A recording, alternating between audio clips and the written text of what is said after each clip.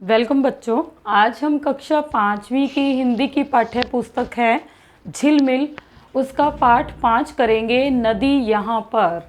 जैसे कि पाठ से पता है, आप पाठ को देख रहे होगे। अगर आप तस्वीर को ध्यान से देखोगे तो उसमें ये ऐसे करके पहाड़ बने हुए हैं भूरे रंग के, और उसमें से नदी निकल रही है। ठीक है, उसके बारे में कविता है जो कि डॉक्टर श्री प्रसाद जी ने लिखी है। हम इस पूरी कविता का सरलार्थ करेंगे, उसके प्रश्न उत्तर बैक एक्सरसाइज करेंगे। आइए शुरू करते हैं, मेरे साथ साथ करेंगे। जब भी हम कोई कविता होती है उसका हमें सरलार्थ आता है। सरलार्थ होता है सरल शब्दों में उसका मतलब बताना। तो देखो, पहले 2 लाइनें ये आपने हर किसी के साथ याद करनी है, लिखनी है। क्या कहेंगे? प्रस्तुत। आपको कुछ लाइनें दी होती है ना, तो प्रस्तुत उसको कहते हैं। पंक्तियाँ यानी कि लाइनें, लाइन हिंदी में नहीं कहते, इंग्लिश में कहते हैं, तो उसे हिंदी में, शुद्ध हिंदी में पंक्तियाँ कहते हैं। हमारी हिंदी की पाठ्य पुस्तक का क्या नाम है? झिलमिल भाग 5 से ली गई है। इस कविता का नाम नदी यहाँ पर है। कविता है ना ये, तो नदी यहाँ पर है। इसमें कवि डॉक्टर श्री प्रसाद जी कहते हैं। अब इसके बाद जो भी आपका सरलार्थ है, जो लाइनें हैं, उस लाइनों की हम हिंदी करेंगे, और हर एक पैराग्राफ में यहाँ से लेकर यहाँ तक लाइनें आपने खुद बार बार लिखनी है।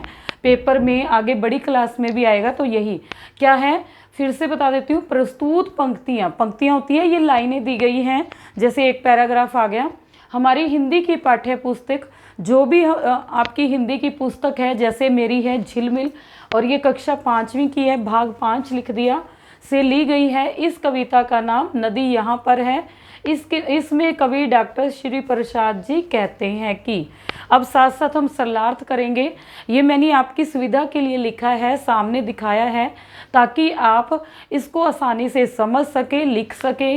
अगर पेपर में सरलार्थ करना आ जाता है पद्यांश का, तो आप उसको कर सके। नदी यहाँ पर मुड़ती है, फिर चलती ही जाती है। देखो क्या लिखेंगे इसमें। डॉक्टर श्री प्रसाद जी कहते हैं कि नदी इधर उधर मुड़ती है। यहाँ पर, यहाँ का मतलब इधर उधर मुड़ती है, फिर चलती ही जाती है। मुड़ती, और दूसरी लाइन है ना, फिर चलती जाती है, तो चलती है। ठीक है। चलते चलते सागर को आखिर में वह पाती है। आखिर होता है अंत में। और क्या है, यह नदी चलते चलते है ना, यह नदी चलते चलते, सागर की जगह क्या लिख देंगे? समुद्र। अंत में, आखिर आया है, अंत में सागर या समुद्र में मिल जाती है। आप सागर का समुद्र बना सकते हो, क्योंकि हमें सरल शब्दों में अर्थ लिखना है। मिलती लंबी राह उसे, इस लाइन का क्या है? उसे यानी कि नदी को लंबा रास्ता मिलता है। देती है सबको पानी। जिस रास्ते से वो आती है, नदी देखा है, जैसे गंगा नदी, यमुना, गोदावरी, कोसी, तो ये नदियाँ जहाँ से भी जाती है, वह रास्ते में सबको पानी देती हुई चलती है। मतलब रास्ते में जो भी जमीन आई उसको पानी वो दे देती है, पानी वो सोख लेती है। सींच कर खेतों को फसल बनाती है धानी। सींच कर यानी कि सिंचाई हो जाती है इससे खेतों की, यानी कि तुम्हारे खेत खलियान। फसल बनाती है धानी का मतलब है हरी भरी बना देना।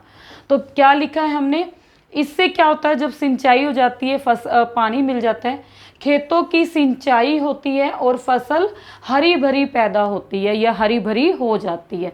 बिल्कुल आसान से शब्दों में हमने इसका मतलब लिखा है। अगर आप ध्यान से देखेंगे तो एक एक लाइन का मतलब कर पाएंगे। चलिए अब इसके दूसरे पैराग्राफ पे चलते हैं। क्या है? चलती किसी जगह सीधी, टेढ़ी होती कहीं कहीं। क्या है? ऊपर वो जो 3-4 लाइनें बताई हैं, वो यहाँ भी लिखोगे। पेपर में जब भी आएगा वो लाइनें तो लिखनी है। क्या थी वो? प्रस्तुत पंक्तियाँ हमारी हिंदी की पाठ्य पुस्तक झिलमिल भाग 5 से ली गई है। यह कविता नदी यहाँ पर है। इसके कवि डॉक्टर श्री प्रसाद जी कहते हैं कि, उसके आगे लिखेंगे नदी किसी जगह सीधी, यह ना चलती किसी जगह सीधी। नदी कहीं तो सीधी, किसी जगह सीधी, और कहीं टेढ़ी चलती है, टेढ़ी होकर यानी कि इधर उधर होकर चलती है। लहर उठाती जाती है। इस लाइन का क्या लिखेंगे, कहीं कहीं लहर उठाती हुई भी चलती है, लेकिन थकती नहीं, कहीं कहीं नहीं। इसके बावजूद नदी को थकावट नहीं होती है, थकावट नहीं होती। कहीं करारों में छिपती, करारों क्या होता है, जो टिल्ले होते हैं ना, ऐसे बड़े बड़े बने होते हैं, तो ये नीचे से भी गहरे हो जाते हैं। तो यहाँ पर ये जो यह जमीन प्लेन ऐसे आएगी, तो ये जो जगह है ये करारों हो गया या टिल्ले हो गए। तो क्या है, कभी यह टिल्लों में छिप जाती है, लेकिन जब ये भर गया, पानी और आ रहा है, तो ये क्या है, बह जाता है, मैदानों में आती है। उसके बाद भरने के बाद क्या है, उसके बाद मैदानी जगह पर आ जाती है, नदी आ जाती है। खेल खेलती लुका छिपी बिल्कुल ही खो जाती है। इस तरह वह लुका छिपी का खेल खेलती है। यहाँ तो छिप गई, फिर निकल आई, लुका छिपी का खेल खेल रही है, और समुद्र में जाकर पूरी तरह से खो जाती है, बिल्कुल ही खो जाती है, मतलब फिर से समुद्र में जब मिल जाती है तो वो गुम हो जाती है। नदी जो है अलग से नदी नहीं दिखती, समुद्र ही बन जाती है। उसके बाद तीसरा पैराग्राफ है, बहुत तेज थी पर्वत पर लेकिन नीचे जब आई। अब आप ध्यान से देखना, ये पर्वत है, यहाँ से जब पानी की धार गिरती है या ऊपर से नीचे कोई भी चीज़ गिरेगी तो बहुत तेज गिरेगी।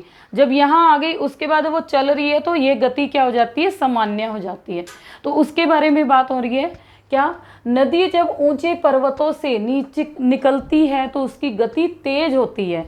बहुत तेज थी पर्वत पर, उसका बताया है, लेकिन नीचे जब आई, परंतु नीचे आने पर उसकी गति धीमी धीमी चाल हुई, उसकी गति धीमी हो गई या धीमी हो जाती है। तो उस वक्त उस दृश्य को देखकर कैसे लगता है, जैसे थककर सुस्ताई पानी बिखराती जाती, उसको देखकर ऐसा लगता है, उस वक्त ऐसा लगता है, वक्त है यहाँ पर, यानी कि उस समय ऐसा लगता है मानो नदी थककर आराम करने लगी है। यानी कि यहाँ तो इतनी तेज से आएगी, फिर उसके बाद वो थक के आराम करने लग गई। ठीक है, उसके बाद क्या है, पानी बिखराती जाती है। नदी जहाँ से भी जाती है पानी बिखेरती जाती है, यानी कि पानी देते हुए जाती है। ऐसे नहीं है कि नदी ऐसे ही चलेगी, बिखर जाता है उसका पानी। हरियाली फैलाती है, और जहाँ जहाँ पे पानी जाता है वहाँ वहाँ पे क्या है, हरियाली, यानी कि फसलें हरी भरी पैदा होती हैं। चाहे जितना पानी लो मन में बुरा ना लाती है। इस नदी से, इस प्रकार नदी से आप जितना चाहे पानी ले लो, वह कभी भी बुरा नहीं मानती। अब क्या है, हमारे पास कोई चीज़ है, अगर कोई हमारा जानकर वो चीज़ लेता है तो हम क्या करते हैं, मन ही मन बुरा मान जाते हैं। लेकिन नदी में इतना पानी होता है कि वो नदी से आप जितना मर्जी पानी लो वो बुरा नहीं मानती है। चलिए इसके अगले पैराग्राफ पे, किसे पता है आई कब। अब नदी किस समय से आई है, पहली बार कब आई थी, ये किसी को भी नहीं पता। तो क्या है, नदी कब आई इसका किसी को पता नहीं है। ठीक है, मगर रहेगी चलती ही, लेकिन अब आ गई है तो क्या है, लेकिन यह एक मतलब किस तरह से चलती है, एक दिए सी जगर मगर होता है जगमग, ठीक है, चमक। तो ये क्या है, एक दिया होता है दीपक, यह एक दीपक की तरह जगमग करती हुई चलती रहती है। आप देखोगे नदी कितनी चमकती है, जैसे कोई दिया जल रहा हो ना, वैसे लगती है। तो ये क्या है, हमेशा चलती रहती है। सदा रहेगी जलती ही, सागर में मिल जाने पर फिर बन जाती है सागर। अगर क्या है, नदी समुद्र में मिल जाने के बाद फिर से समुद्र बन जाती है, यानी कि उसको आप अलग से नहीं पहचान सकते। तब तक चलती रहती है रात और दिन धरती पे, जब तक वो समुद्र से अलग है। यहाँ देखो, समुद्र में मिलने से पहले वह नदी पृथ्वी पर या इस धरती पर, धरती है इसका हमने पृथ्वी लिख दिया, दिन रात लगातार चलती रहती है। एक एक लाइन का मतलब है जिसको हम इस तरीके से लिखेंगे। आइए आगे चलते हैं। ये इसके कवि हैं लिखने के, डॉक्टर श्री प्रसाद। उसके बाद है शब्दार्थ है, कुछ लिखा है मैंने। आखिर क्या होता है, अंत में। राह रास्ता या मार्ग, धानी होता है हरी भरी, करारो टिल्लो, सुस्ताई आराम करना, मगर यानी कि लेकिन, जगर मगर जगमग, सागर समुद्र। उसके बाद जो पाठ में दिए गए अर्थ थे, जगर मगर हमने पढ़ लिया, जगमग, सागर समुद्र, सींच कर सिंचाई करना, सुस्ताई आराम की है। उसके बाद क्या है, हम कुछ प्रश्न के उत्तर करते हैं, ध्यान से देखेंगे।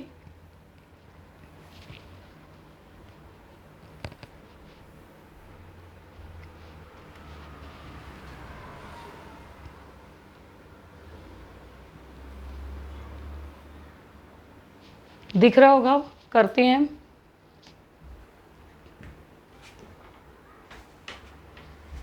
ये इरेज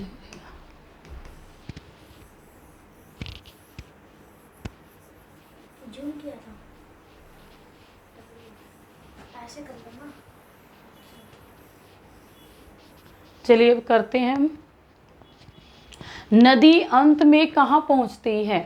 नदी क्या है, बहती हुई एक लंबा रास्ता तय करके लास्ट में क्या, आखिर में क्या है, सागर में ही मिल जाती है, जिसको हम समुद्र कहते हैं। तो क्या लिखा हमने, नदी अंत में समुद्र में पहुँचती है या मिलती है। आगे है, फसलों के लिए नदी का क्या महत्व है। अब क्या है, नदियाँ चलती जाती हैं, नदियों का ही जल फसलों के लिए खेतों में जाता है। जो बांध बना के रोक दिया जाता है ना पानी, फिर नदियों के रूप में निकलती है। तो ये नहरें जो जा रही हैं जो खेतों के लिए, उससे क्या है, सिंचाई होती है और फसलें हरी भरी। इसको कैसे लिखेंगे, नदियों के जल से सिंचाई करने पर फसलें हरी भरी हो जाती हैं, क्योंकि नदियों का ही जल मिलता है। नदी किस में छिप जाती है, नदी समुद्र में छिप जाती है। नदी की चाल कहाँ पर तेज और कहाँ पर धीमी होती है, तो लिखेंगे नदी की चाल पर्वतों से निकलने पर, पर्वतों से जब गिरती है तो तेज और नीचे उतर कर धीमी हो जाती है। यहाँ आएगा उतर, ठीक है, उतर कर धीमी हो जाती है। नदी फिर से सागर कैसे बन जाती है, नदी सागर के जल में मिलकर फिर से सागर बन जाती है, या समुद्र के जल में मिलकर फिर से। कैसे, नदी बहती जाती है, बहती जाती है, लंबा रास्ता तय करने के बाद में अंत में समुद्र में ही मिल जाती है। तो उसी को लिखा है कि सागर के जल में मिलकर फिर से सागर बन जाती है। चलिए अगला पेज करते हैं। आपकी बात, आपने कभी, इसमें प्रश्न क है, आपने कभी नदी, नहर अथवा बहता पानी देखा होगा, उसका वर्णन करें। तो हमने क्या लिख दिया, हाँ देखा है, तो हमने सिर्फ हाँ लिखा। नदी का जल टेढ़े मेढ़े रास्ते से होकर बहता हुआ आगे जाकर समुद्र में मिल जाता है। हमने यही देखा है ना कि वो बहता रहता है, बहता रहता है, जहाँ से भी वो क्या आता है, अंत में समुद्र में चला जाता है। दूसरा है, नदियाँ मनुष्य के लिए किस प्रकार उपयोगी है, आपस में चर्चा करें। तो इसको क्या लिखेंगे, नंबर 1, इसके जल से सिंचाई होती है, नदियों के जल से खेतों की सिंचाई होती है, जिससे क्या होती है, फसलें बहुत अच्छी पैदा होती है, या लिख दो हरी भरी पैदा होती है। अगला है प्रश्न ग है, क्या आपने कभी नाव में बैठकर नदी की सैर की है। यदि हाँ, आपने की है तो यहाँ लिखोगे हाँ, अगर नहीं तो यहाँ लिख दोगे नहीं। यदि हाँ तो आपने अपने अनुभव का वर्णन कीजिए। अगर आपने यहाँ उत्तर नहीं लिख दिया तो आगे कोई आंसर नहीं बनेगा। हमने लिखा है यहाँ पर हाँ, तो हम इसकी चर्चा करते हैं। नाव में बैठकर बहुत मज़ा आता है। कभी आप नाव में बैठना, सच में बहुत मज़ा आता है। जो वो पानी होता है ना, बहुत ठंडा लगता है। उस वक्त हमें ऐसा लगता है जैसे हम वहाँ खड़े हैं और बाकी सब चीज़ें चलती हुई मालूम होती है। यानी कि हमें तो लगता है चल तो हम रहे होते हैं, लेकिन हमें उल्टा लगता है कि हम तो खड़े हैं वहाँ पे या नाव पर बैठे हैं, लेकिन बाकी जो सारी चीज़ें दिख रही हैं, दृश्य दिख रहा है, वो चलता हुआ लगता है और बहुत ही अच्छा दृश्य होता है। चलिए आगे करते हैं। कविता से आगे है, भारत के मानचित्र में गंगा, यमुना और इनकी सहायक नदियों के उद्गम स्थल को देखें और उनके तट पर बसे हुए 5 प्रमुख नगरों के नाम लिखें। अब देखो, गंगा का जो उद्गम स्थल है उसको बोलते हैं गंगोत्री, ठीक है। यमुना का जो उद्गम स्थल है उसको बोलते हैं यमुनोत्री, ठीक है। इसके तट पर बसे हुए 5 प्रमुख नगरों के नाम बताने हैं। तो गंगा के तट पर बसे नगर कौन से हैं? हरिद्वार, हरिद्वार गंगा नदी के किनारे है। लखनऊ, प्रयागराज, मुरादाबाद, कानपुर, पटना, इलाहाबाद। कितने हो गए? इसमें से आप 5 लिख लोगे। यमुना के तट पर बसे नगर कौन से हैं? दिल्ली, आगरा, मथुरा, ये 3 मेन हैं। फिर है इटावा, और अगला क्या है उससे, यहाँ दिखाती हूँ मैं, कालपी, यहाँ पे लिखा हुआ है कालपी। ये पुराने समय के नगर का नाम है कालपी। आज भी आप ढूंढोगे तो ये दिखाएगा। ठीक है, क्या हो गया यमुना तट पर? दिल्ली, आगरा, मथुरा, इटावा और कालपी। चलिए आगे चलते हैं। मिलान करें, इसको आपने याद करना है। कई बार ये परिभाषा के रूप में आ जाता है। जैसे यहाँ लिखा है संगम, डेल्टा, उद्गम, कगार, कछार, भांभर, तराई। और यहाँ लिखा है नदी का किनारा, पहाड़ों के नीचे वह क्षेत्र जिसमें नदी पत्थरों में छिप जाती है। नदी के आसपास का वह क्षेत्र जिसमें बरसात के दिनों में पानी भर जाता है। जहाँ दो नदियाँ मिलती हैं, नदी जहाँ समुद्र में मिलने से पहले गाद यानी कि कीचड़ जमा कर देती है। पत्थरों में छिपी हुई नदी जिस क्षेत्र में पुनः प्रकट होती है और दलदल का निर्माण करती है। नदी जहाँ से निकलती है। आइए मिलाती हैं। संगम, संगम क्या होता है? दो चीज़ों का मिलन। तो किसका होएगा? नदियों का। तो ये लिखेंगे जहाँ दो नदियाँ मिलती है।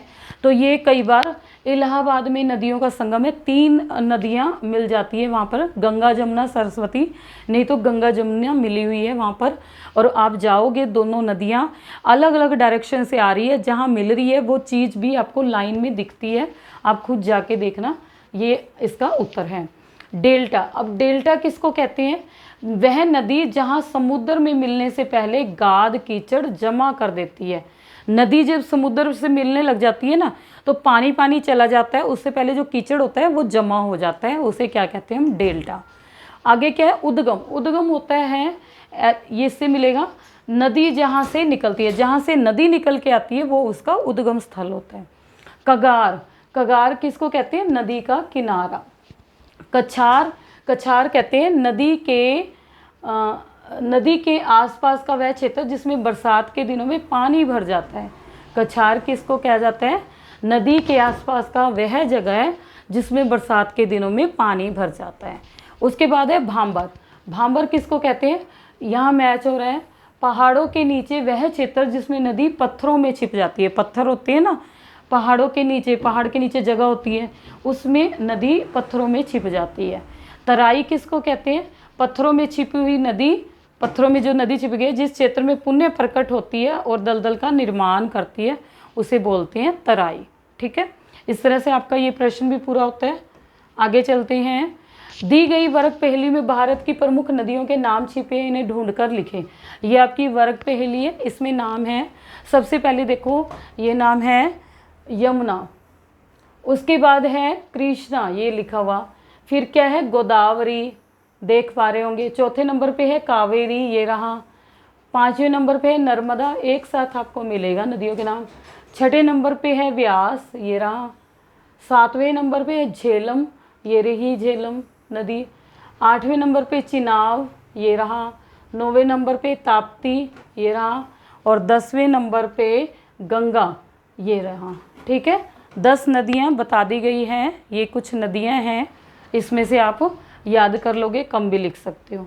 ठीक है, उसके बाद है अगला है भाषा की बात। नदी चलती है, नदी गिरती है, नदी उछलती है, नदी मिलती है, नदी बहती है, नदी मुड़ती है। नदी के बारे में चलना, उछलना, बहना, गिरना, मिलना, मुड़ना, ये सभी क्या है? क्रियाएं हैं, एक्शन वर्ड है, वर्ब है। इनसे किसी काम के होने का पता चलता है। आप कौन कौन सी क्रियाएं करते हैं सोचें और लिखें। जैसे आप सुबह उठने से क्या लिखा है? मैं सुबह उठता हूँ, तो उठना आ गया। मैं पढ़ता हूँ, पढ़ना आ गया। मैं खेलता हूँ, खेलना आ गया। मैं सोता हूँ, सोना आ गया। मैं खाता हूँ तो खाता आ गया।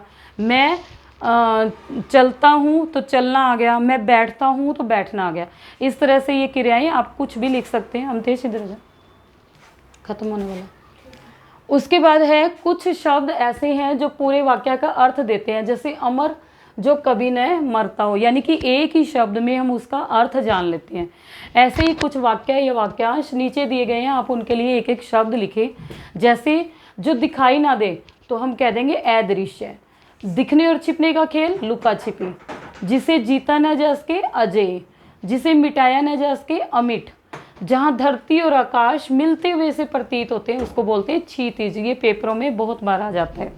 जिसकी उम्र लंबी हो दीर्घायु, दीर्घायु बोलते हैं इसको। जो सब कुछ जानता हो, सर्वज्ञ। ठीक है, उसके बाद अगला है, लास्ट है हमारा पाठ का, कुछ शब्द एक दूसरे का विपरीत अर्थ यानी कि विलोम शब्द कहते हैं इन्हें, जैसे आगे का पीछे, ऊपर का नीचे, इन्हें विलोम शब्द कहते हैं। नीचे लिखे शब्दों के विलोम शब्द लिखे। छिपना, छिप गया, इसको दिखना। चलना, बैठना। टेढ़ा, सीधा। मोटा, पतला। दिन, रात। सुंदर, सुंदर को हम क्या लिखेंगे, ध्यान से देखना है, कुरूप। क को छोटे ऊ की मात्रा है, र को बड़े ऊ की मात्रा है, कुरूप। ठीक है, आगे पीछे, कल, आज। इसी के साथ हमारा ये पाठ समाप्त होता है। धन्यवाद।